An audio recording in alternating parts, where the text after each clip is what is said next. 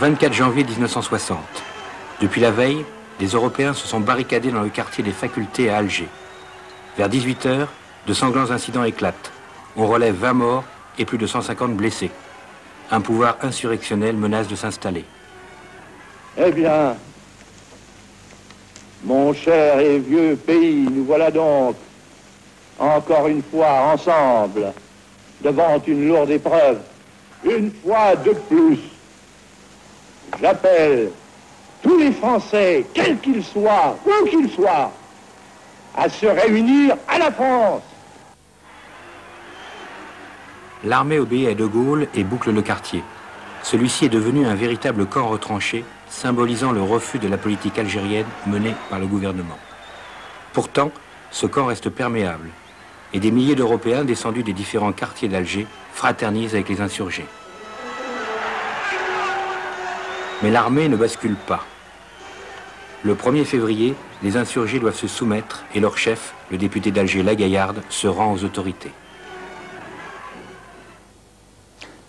Oui, il est certain qu'après les barricades, un gouvernement de la République s'était enfin fait obéir en Algérie. Jusqu'à présent, la République n'avait jamais été obéie en Algérie. Elle avait toujours cédé aux colons, aux puissances d'argent de là-bas. Il y a eu quelque chose de changé, et ce changement, ça a été De Gaulle. Il a été le bras de la République.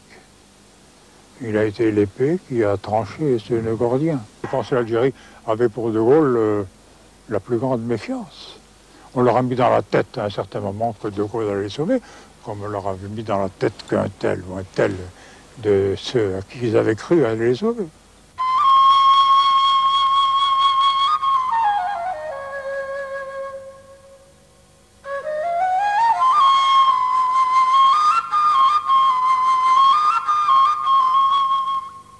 Au printemps 1960, Jules Roy, l'ancien soldat, le pied noir, est retourné chez les siens, en Algérie. Il témoigne des réalités d'une guerre qui engage un contingent de 400 000 hommes. Le quadrillage sévère du pays a enrayé les attentats du FLN. Les maquisards sont repoussés dans les endroits les plus inaccessibles. Mais on s'interroge sur les méthodes employées. Suffit-il de gagner la guerre sur le terrain pour conserver l'Algérie à la France ?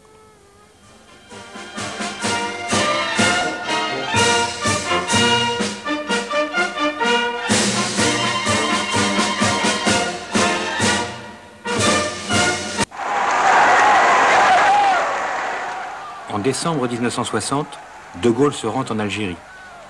Il cherche à convaincre les populations d'accepter le projet de loi sur l'autodétermination. La réaction des Français d'Algérie est violente. En face, pour la première fois, le FLN est capable d'organiser à Alger une manifestation de masse. Les heurts entre les deux communautés font des dizaines de morts.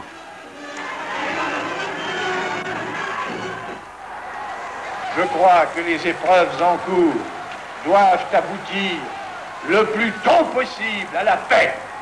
Je crois qu'à partir de cette paix, la réconciliation et la coopération de tous doit se faire sur cette terre. Et je crois que pour bâtir votre Algérie de demain, la France sera à vos côtés. Une partie de l'armée s'insurge contre une évolution qu'elle considère comme un abandon.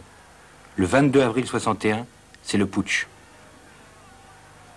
Un pouvoir insurrectionnel s'est établi en Algérie par un prononciamento militaire. Ce pouvoir a une apparence. Un carteron de généraux en retraite. Il a une réalité. Un groupe d'officiers partisans, ambitieux et fanatiques au nom de la France. J'ordonne que tous les moyens, je dis tous les moyens, soient employés partout pour barrer la route à ces hommes-là en attendant de les réduire.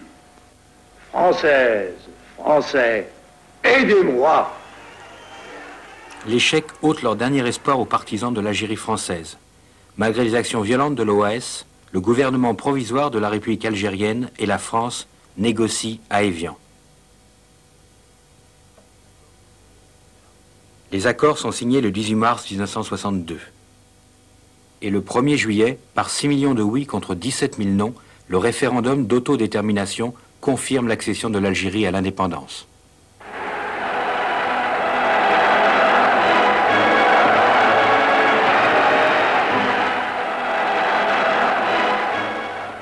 Mais pour les Français d'Algérie, c'est le drame. La violence entretenue par certains éléments de l'OAS contribue à alimenter un climat de fin du monde. Des centaines de milliers de pieds-noirs fuient le pays pour gagner la métropole.